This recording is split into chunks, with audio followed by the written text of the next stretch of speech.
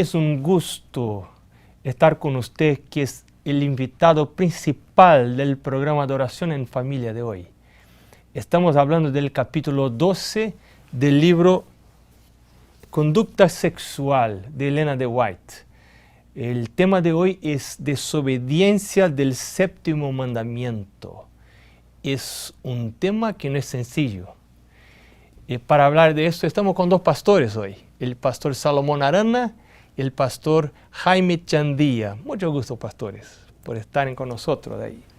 Pero siempre empezamos el programa de oración en familia, porque con el tema del culto de la familia, porque adoración recuerda el culto de la familia. Así, hoy voy a preguntar al pastor Jaime, ¿qué te hace recordar el culto de la familia, pastor? Cuando yo estaba estudiando este mismo capítulo, el último párrafo me ayudó a encontrar una ilustración de un artículo que fue publicado en la National Geographic el año 2005. Me recuerdo de eso. Donde estudian la longevidad. Estudiaron 3 pueblos allí, entre ellos los adventistas de California. Y las 4 cosas que tenían en común eran que no fumaban. Los adventistas. Los tres grupos no fuman. Son las 4 cosas que tienen en común. No fuman, le dan prioridad a la familia, se mantienen socialmente activos y comen granos, frutas, vegetales. Y resulta que de esos 4 elementos hay 2 que nosotros en el culto familiar sí podemos cultivar, que es la unidad familiar, ¿no es cierto?, y mantenernos socialmente activos. Obviamente, dependiendo de la edad de los hijos, va a ser la forma en que el culto familiar o el culto de la familia va a unirnos. Porque nosotros que tenemos hijos grandes, la posibilidad de reunirnos en un culto nos permite escuchar no solo sus pedidos de oración, sino que sus anécdotas, de manera que el culto familiar termina estrechándonos. Claro, y cuando un padre o una madre invita a los hijos y hace propósitos, planes para tenerlo regularmente, está diciendo: yo valoro mi familia, me gusta tener ustedes juntos, puedo hacer cualquier esfuerzo para tener ustedes juntos. Es importante para nosotros vivir en familia. Amén. Así, cuando no tenemos reuniones en familia, la familia empieza a se desintegrar. Así, muchas gracias, pastor. Muy importante la idea de tener las reuniones y un desarrollo social a través del culto de la familia. Muchas gracias. Y ahí ahora vamos a empezar a hablar del libro, Conducta Sexual. El tema de hoy es muy interesante, desobediencia del séptimo mandamiento. El libro habla de 2 instituciones preservadas hasta hoy desde el Edén. ¿Cuáles son ellas? Ustedes, todos nos recordamos de ellas. Claro que sí, pastor. Hay 2 instituciones que vienen a nuestra mente. Ajá. Es la institución del sábado, como monumento de la creación, y también la institución del matrimonio, que tiene como propósito también mantener la familia como algo tan sagrado como el sábado. O sea, están desde antes del pecado hasta ahora, siguen teniendo valor. Muy interesante.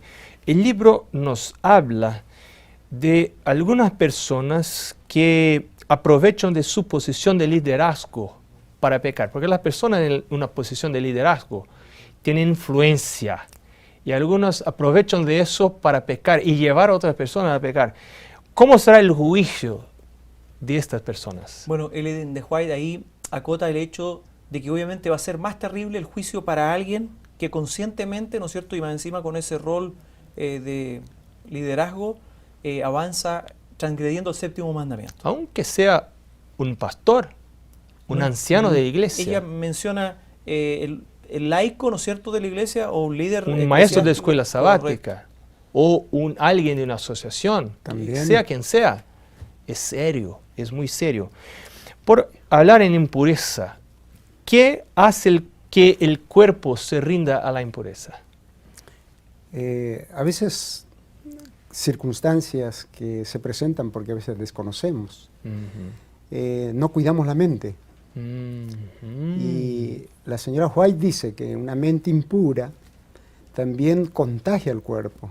Y por lo tanto, con un cuerpo impuro, jamás podremos sentir la presencia de Dios. Hay personas que dicen, yo voy a la iglesia, busco a Dios, oro, pero lo que hago con mi cuerpo no va a tornar impura mi mente, mi vida espiritual. No se puede unir un cuerpo con una meretriz. El Pablo habla de eso. El cuerpo es habitación del Espíritu Santo. Así que hay una conexión entre mente y espíritu. Muy interesante. La Biblia habla de restricciones para nuestra conducta sexual. ¿Por qué Dios puso las restricciones? Ahora, interesante que las coloca para la felicidad del individuo. En la carretera hay ciertos letreros que nos incomodan. No es para sacar a la felicidad. No, porque muchos piensan en eso. No. La colocó como una restricción pensando en la felicidad del hombre. Además, es bueno hablar que la Biblia habla de sexo como algo bueno, recomendado por Dios. Y Dios dice a las parejas en el matrimonio que deben practicar tener una vida sexual activa. Es una orden de Dios. Así que no es pecado el sexo. Lo que es pecado es el sexo fuera de los límites puestos por Dios. ¿Está bien? Que la persona que trata de esconder sus errores, su pecado, se olvida. ¿Y qué nos ayudaría a temer pecar? Para los ojos de Dios, todo es visible. Todos los actos que podamos hacer. Alguna persona puede pensar, acá está oscuro, nadie me va a ver. Estoy en una fiesta lejos de mi señora, ahí puedo todo. Mi esposo, mi marido no me va a ver, puede estar aquí. Pero no debemos olvidar que todas las cosas que nosotros hacemos, visible para los seres humanos o invisible para ellos, siempre hay un ángel que va registrando cada cosa, lo que hacemos, decimos y hacemos. Por lo tanto, eso nos debería llevar para que nosotros pudiésemos mantener siempre presente que Dios está en todo lugar. Hasta los pensamientos. Hasta los pensamientos y sentimientos. Interesante. ¿Qué agravante existe cuando el adulterio es practicado por alguien que dice temer a Dios? Ellen de White es capaz de decir que es 10 veces más responsable. Porque para los otros estoy diciendo, yo soy guardador de los mandamientos. Pero al mismo tiempo, yo estoy rompiendo con los mandamientos. Es muy serio eso, muy serio. Y ahora, ¿qué pecado llevó Israel específicamente a desagradar a Dios justamente antes de entrar en la tierra prometida? Es algo interesante cuando ya está casi para entrar en Canaán. A Canaán, uno de los pecados que no solamente afectó a una persona, afectó a veces a toda una nación, o podríamos decir ahora afecta a toda una iglesia, el pecado del adulterio, ya sea de un líder o de un hermano laico de iglesia. O de la fornicación. O la fornicación de jóvenes.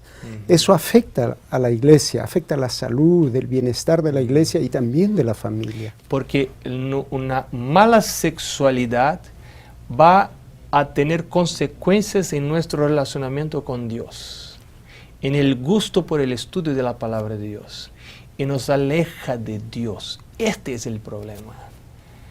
Sí.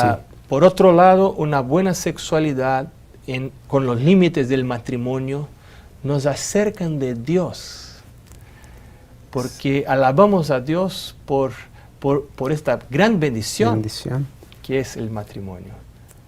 ¿Correcto? Así, pastores, fue un gusto tener ustedes en nuestro programa de hoy, Adoración en Familia.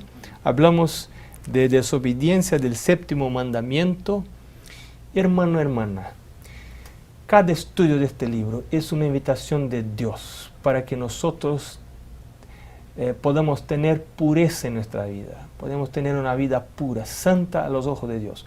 Nosotros somos pecadores, podemos tener malos pensamientos, a veces malos actos, pero podemos confesar a Dios que perdona el pecador que confesa y abandona su pecado.